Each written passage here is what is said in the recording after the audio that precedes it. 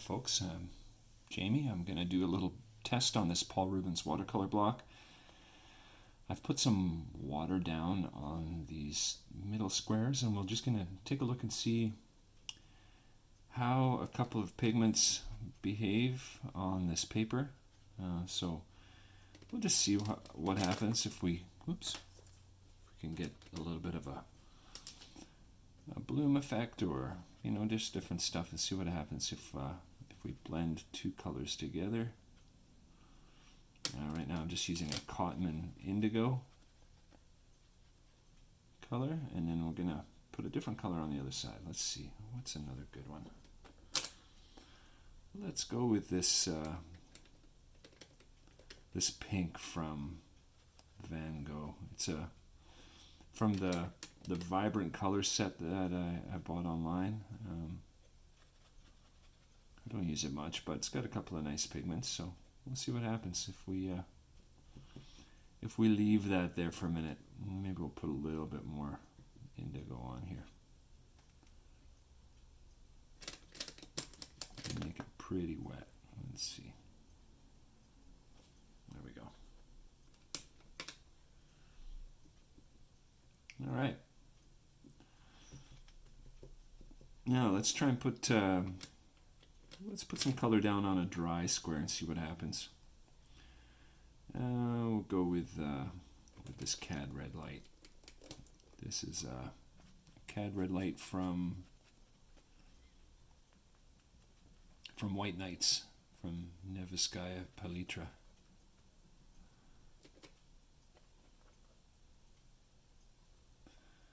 Yeah, we'll see how it moves around. I mean, not unlike any other paper. Seems to soak it up. It doesn't seem to be too much sizing on this paper. It seems fairly dry straight off. So yeah, it's kind of interesting. But you can see it going right into that indigo. It's just grabbing it. The texture is actually kind of cool. At first I thought it was too textured, and I wasn't super excited about that. But now that I see it, how the pigment behaves on here, it's actually kind of cool. I don't mind it. And this is just blue, straight blue on a dry square.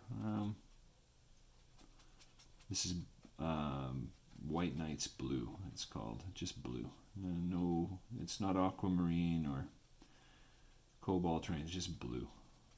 And have a nice color. Again, just putting it down on a dry square.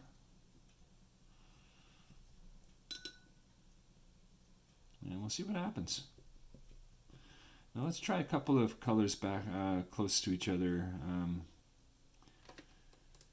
on two dry squares. Let's try this. Let's go with this Irgazine. It's called Irgazine yellow. I don't know how to pronounce it. Irgazine. Sort of a greeny gold yellow. It's interesting. Oops. Splashing stuff around. There we go. Put that on here on this dry square. You can see the stuff rolling in there. Let's put another color down. Let's see. Let's go with this purple.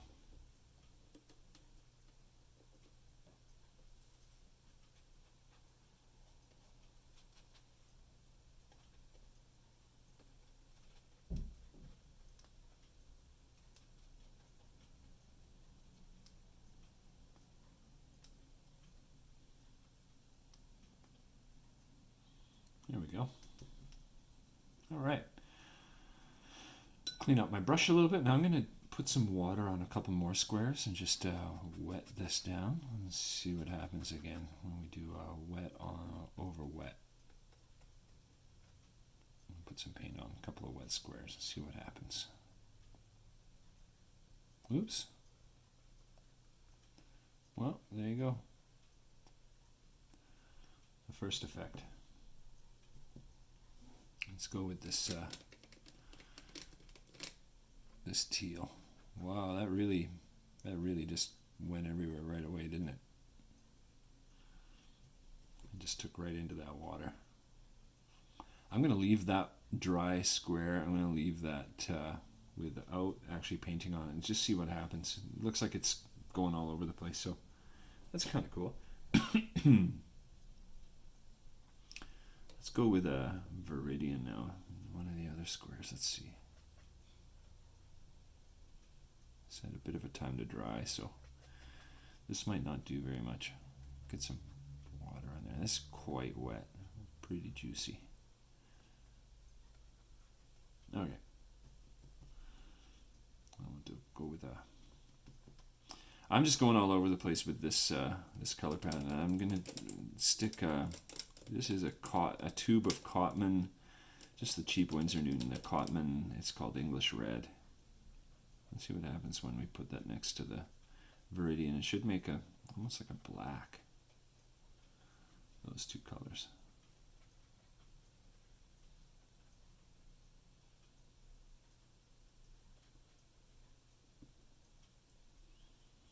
I drew the lines with a waterproof pen, with this little Fudenosuke Tombow, I think it's called. It's a brush pen. Picked it up at my local art supply store the other day. Now we got another dry square. Let's put a little bit of water on it. Oh, my brush wasn't very clean, but let's see what happens if I put some yellow on here. Now, this is a really bright lemon yellow from Van Gogh. I think it's fairly transparent, and my brush was not very clean, but let's see what happens.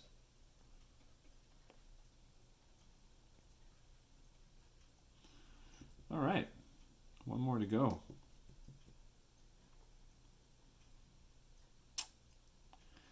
I really like this color. This is Leaf Green by the shop brand at my local art supply store called Opus, and I really like it. I bought a tube of it. It was a little expensive, but it's one of those pigments that you can't really mix. It's a very bright green. It's got lots of yellow in it, sure, but it's like the color of sunlight going through a plant's leaf, you know, if you're looking at it from behind. And that's just kind of hard to replicate, you know?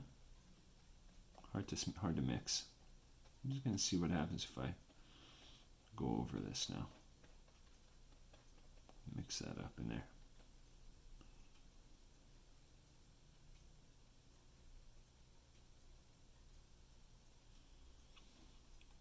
Well, there you go. Let's pick this up and go over here and have a look, and let's see. Got some cool effects. It's not bad paper. At first I was really unsure just because of the amount of texture on it, but now that I see it in action, I don't mind it. I think I could make some nice paintings with this. I like to try and do some urban sketching every once in a while, and so I might take this with me and just keep it in my backpack or something, and I might try it out with an actual piece of art at some point. So stay tuned. Thanks for watching. Bye.